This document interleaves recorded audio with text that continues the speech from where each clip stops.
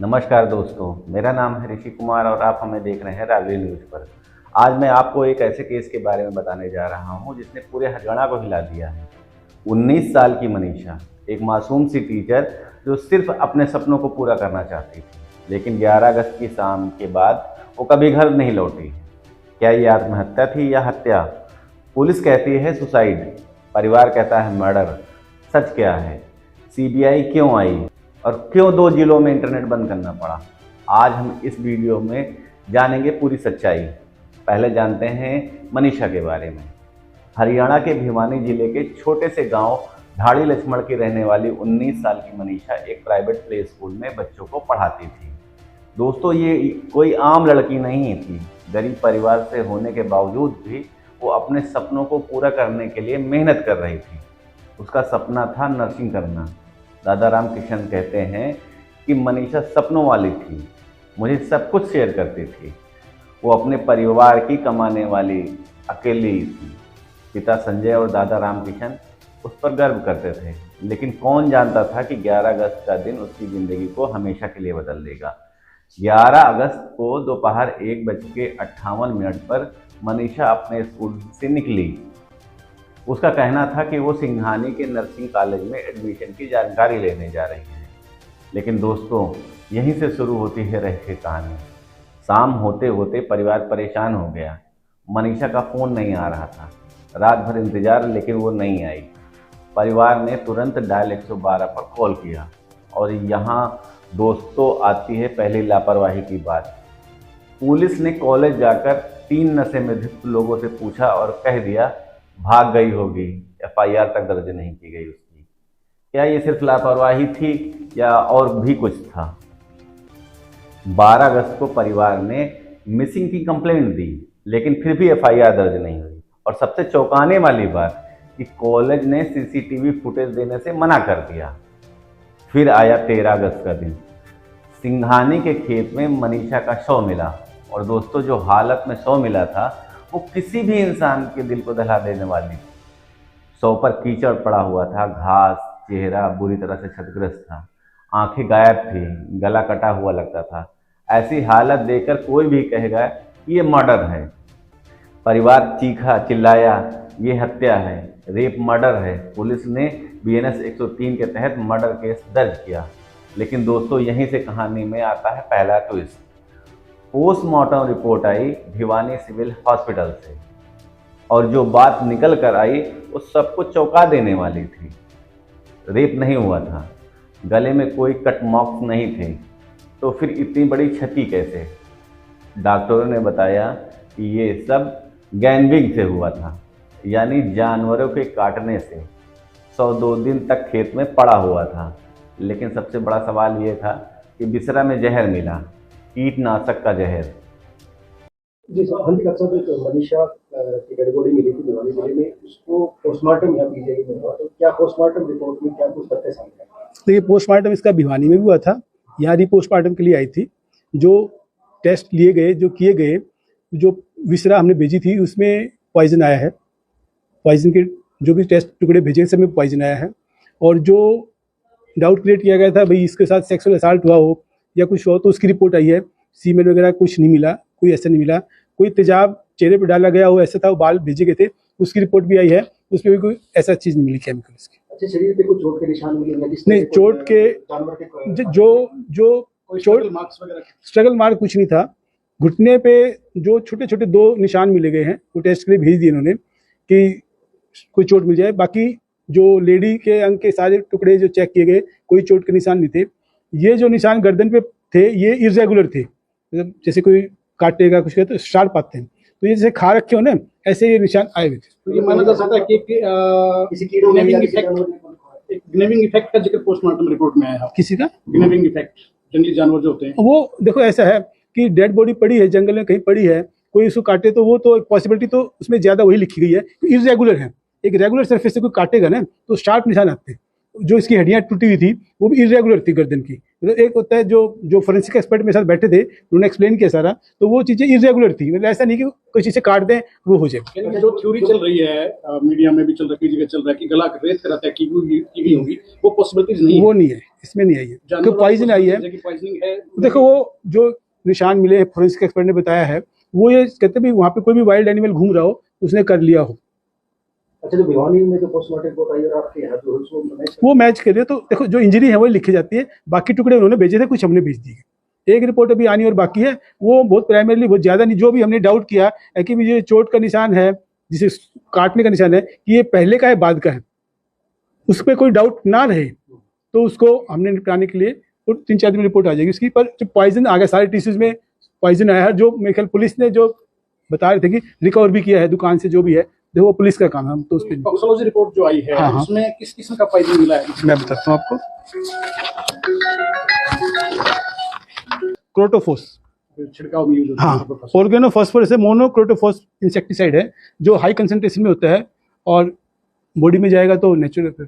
ये कंज्यूम करने के कितने देर बाद जिसकी मौत हो जाती है? देखिए ये तो रिएक्ट करता है कि कितना क्वांटिटी में पिया गया, कितना क्या गया, वो तो जो टाइम ऑफ डेथ जो उन्होंने दिया है 3 to 4 डेज का दिया है, जो मैच करता है उनके हिसाब से, क्योंकि बरसात के टाइम में बॉडी डिकम्पोज जल्दी होती है। जैसे गर्मी ज़्यादा खाना पर रखते हैं, गर्मी हो सर्दी हो तो खाना ऐसे बॉडी भी रिएक्ट करती है। तो एक अंदाजे से, मतलब जो रिपोर्ट में बताया गया है, 3 से 4 दिन का फोरेंसिक एक्सपर्ट ने उसको दिया है।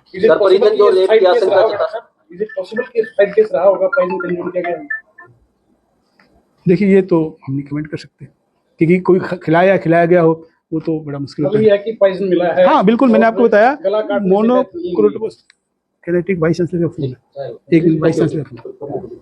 सर, परिजन आशंका जता रहे हैं कि उसके साथ रेप हुआ है, क्या पोस्टमार्टम रिपोर्ट में? पोस्टमार्टम रिपोर्ट में जो रेप के होते हैं, देखो यंग लड़की हो, जबरदस्ती करे तो रेप के तो इंजरी मार के, ना तो सीमेंट के एविडेंस मिला उसके, ना कोई इंजरी मिली उसकी, और जो बाल के टुकड़े लिए गए उस पर कोई चीज़ नहीं मिली है। बाल के टुकड़े एग्जामिनेशन के लिए रख दिए, तो डीएनए टेस्ट के लिए पुलिस से मेरी बात हुई थी, तो डीएनए टेस्ट भी होगा। मान लो कोई बाल उसमें आइडेंटिफाई करते हैं, किसी को पकड़ते हैं, जो देखने पे आया है, जो रिपोर्ट में आया है, वो उसमें नहीं मिला। रेप की पुष्टि नहीं हुई। तो कितने डॉक्टर्स की टीम? 3 डॉक्टर की टीम होती है जो पोस्टमार्टम कर रही होती है। यहाँ पे जो हम एक्सपर्ट थे मेडिसिन से थे, जिसने पोस्टमार्टम किया था वो 2 डॉक्टर थे, फोरेंसिक के थे, और एक फोरेंसिक के हेड थे, एक पैथोलॉजी थे जो इन चीज़ को करते थे। श्योरली ये कह सकते हैं डॉक्टर साहब कि इसमें ना तो सेक्सुअल असॉल्ट है और ना ही ये गला काटने वाली जो थ्योरी है वो है। दोनों।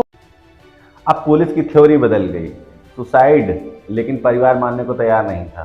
17 अगस्त को एक और बम फटा, मनीषा के बैग में सुसाइड नोट निकला। नोट में लिखा हुआ था कि मम्मी पापा आप मेरे लिए बहुत किए, लेकिन मैं बोझ नहीं बनना चाहती हूँ। पुलिस ने कहा कि हैंड राइटिंग मैच हो रही है, कीटनाशक खरीदने का रिकॉर्ड भी मिल गया है, लेकिन परिवार का कहना था कि ये नोट फर्जी है, मनीषा कभी ऐसा नहीं लिख सकती है। दादा रामकिशन रोते हुए कहते हैं कि मनीषा नर्सिंग के लिए उत्साहित थी, मैंने फीस देने का वादा किया हुआ था और वो कभी सुसाइड कर ही नहीं सकती है। तो आखिर इसका सच क्या है, सुसाइड या मर्डर? जब लोगों को लगा कि न्याय नहीं मिल रहा है तो सड़कों पर उतर गए। भिवानी, चरखी दादरी, लोहारू, हर जगह प्रदर्शन किया जाने लगा, रोड ब्लॉक किए गए, बाजार बंद किया गया, कैंडल मार्च किया गया। लोग चिल्ला रहे थे वी वांट जस्टिस। हांसी में कैंडल मार्च के दौरान कुछ लोगों ने फायरिंग भी की, वीडियो वायरल हुआ। स्थिति इतनी बिगड़ी कि सरकार को 2 जिलों में 48 घंटे के लिए इंटरनेट तक बंद करना पड़ा। विपक्ष भी मैदान में उतर आया, कांग्रेस, INLD, आप सबने सरकार को घेरा। जब हंगामा बढ़ा तो सरकार को हरकत में आना पड़ा। सबसे पहले SP मनबीर सिंह को ट्रांसफ़र किया गया और 6 पुलिस अफसरों को सस्पेंड किया गया। SHO, ASI, शकुंतला सबकी छुट्टी कर दी गई। SIT बनी, FSL टीम बुलाई गई। CM नायब सिंह सैनी ने कहा कि मैं खुद मॉनिटरिंग कर रहा हूँ, लेकिन फिर भी लोग शांत नहीं हुए। गांव वालों ने ऐलान किया कि जब तक हत्यारों की गिरफ्तारी नहीं होगी हमारा धरना जारी रहेगा। NHRC ने भी DGP से रिपोर्ट मांगी। परिवार की मांग पर दूसरा पोस्टमार्टम PGIMS रोहतक में हुआ। यहाँ भी वही बात, ऑर्गन्स मिसिंग थे, लेकिन सड़न और जानवरों के कारण कोई कटमार्क्स नहीं थे। एक 5 सदस्यीय फोरेंसिक पैनल बनाया गया सुसाइड नोट और सैंपल को एग्जामिन करने के लिए। 72 घंटे में रिपोर्ट आनी थी। लेकिन दोस्तों यहाँ एक अजीब बात ये थी कि विभिन्न रिपोर्टों में अलग अलग बातें आ रही थी। परिवार का सवाल था कि रिपोर्ट्स अलग अलग क्यों, जो गलत है किसके कहने पर बदली गई हैं। और फिर आया सबसे बड़ा ट्विस्ट, 20 अगस्त यानी आज सुबह सीएम नायब सिंह सैनी का ट्वीट, परिवार की मांग पर केस सीबीआई को सौंपा जाएगा, पूरा न्याय होगा। दोस्तों ये एक बहुत बड़ा कदम था। सरकार को लगा कि मामला हाथ से निकल रहा है। परिवार ने सीबीआई जांच पर सहमति दे दी और कहा कि अब अंतिम संस्कार के लिए वो तैयार हैं। हमारी जो सरकार से मांगी थी ना कि सीबीआई जांच करवाने की, वो भी मांग ली गई है। एम्स में मेडिकल करवाने की जो भी मांग थी हमारी, वो मांग ली गई है, ठीक है। और अगर ये मांगे हमारी सरकार हमें प्रूफ करके दे देगी तो हम ये धरना स्थगित कर देंगे। और ये जो जितने भी लोग यहाँ आए हुए हैं ना धरने के ऊपर, मैं इनका हाथ जोड़ करके सबका अभिवादन स्वीकार करूँगा, ठीक है। धन्यवादी हूँ इनका। अब आगे सुबह क्या कार्रवाई करेंगे आप, मतलब सरकार से बातचीत होने के बाद है ना, हम इन राम के और ये जो इतने भी 36 बिरादरियों के लोग आए हुए हैं, इनके सहयोग से ना अपनी लड़की का अंतिम संस्कार करने को राजी हैं। अब तो कोई दबाव नहीं है आप पे? नहीं, मेरे पास कोई दबाव नहीं है इस टाइम पर मेरे गांव की कमेटी थी और मेरे राम का ये था और इन लोगों का सहयोग था मेरे पास, जितने भी बाहर के लोग आए हुए हैं। लेकिन सवाल ये है कि अगर ये सच में सुसाइड था तो सीबीआई की जांच की जरूरत क्या थी। तो दोस्तों सीबीआई की एंट्री के बाद भी कुछ सवाल अभी भी अनुत्तरित हैं। पहला सवाल यह है कि अगर मनीषा सच में सुसाइड करना चाहती थी तो कॉलेज क्यों गई, सीसीटीवी फुटेज क्यों नहीं दिया कॉलेज ने। दूसरा सवाल यह है कि शुरुआत में पुलिस ने एफआईआर क्यों दर्ज नहीं की, क्या वाकई सिर्फ लापरवाही थी। तीसरा सवाल यह है कि सुसाइड नोट अचानक कैसे मिला। अगर फोरेंसिक एक्सपर्ट कह रहे हैं कि सुसाइड है तो परिवार इतना कन्विंस क्यों नहीं हुआ। चौथा सवाल मेरा यह है कि कुछ अफवाहें कह रही हैं कि कॉलेज का कनेक्शन किसी बीजेपी नेता से है, क्या ये सच है। और सबसे बड़ा सवाल यह है कि अगर सब कुछ क्लियर था तो सरकार को सीबीआई क्यों बुलानी पड़ी। अब सीबीआई जांच में आगे क्या हो सकता है। पहली पॉसिबिलिटी, अगर सीबीआई भी कंफर्म करती है कि ये सुसाइड था तो केस क्लोज हो जाएगा, लेकिन परिवार कोर्ट जा सकता है। दूसरी पॉसिबिलिटी है कि अगर सीबीआई को कुछ और एविडेंस मिलते हैं तो मर्डर साबित हो जाता है, तो गिरफ्तारियां हो सकती हैं। मौत, एनएचआरसी की रिपोर्ट भी आएगी, पॉलिटिकल प्रेशर भी रहेगा सीबीआई पर। तो दोस्तों मनीषा केस की पूरी स्टोरी सुनने के बाद कुछ बातें क्लियर हैं। पहली बात, पुलिस की शुरुआती लापरवाही अनएक्सेप्टेबल थी, मिसिंग पर्सन की कंप्लेंट को सीरियसली लेना चाहिए था। दूसरी बात कि फोरेंसिक एविडेंस अभी तक सुसाइड की तरफ पॉइंट कर रहे थे।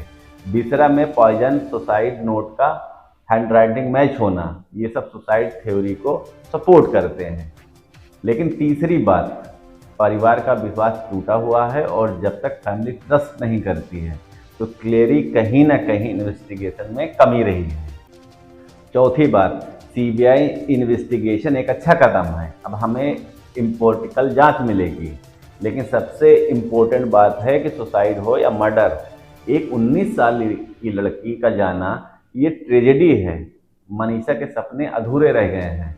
दोस्तों इस केस से हमें कुछ सीखना चाहिए। पहला सबक यह है कि मेंटल हेल्थ को सीरियसली लेना चाहिए। अगर वाकई ये सुसाइड था तो मनीषा की काउंसलिंग की ज़रूरत थी।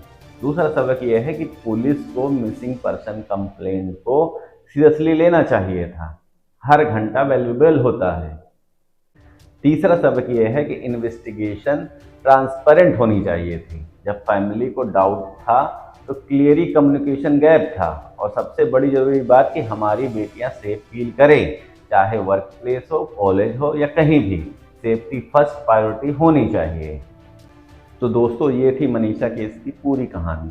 सीबीआई इन्वेस्टिगेशन अब जो भी कंक्लूज़न निकाले हम उसका रिस्पेक्ट करेंगे। मनीषा की आत्मा को शांति मिले, उसके परिवार को न्याय मिले और हमारे समाज में ऐसी घटनाएं कम हों। अपनी राय कमेंट्स में बताइएगा।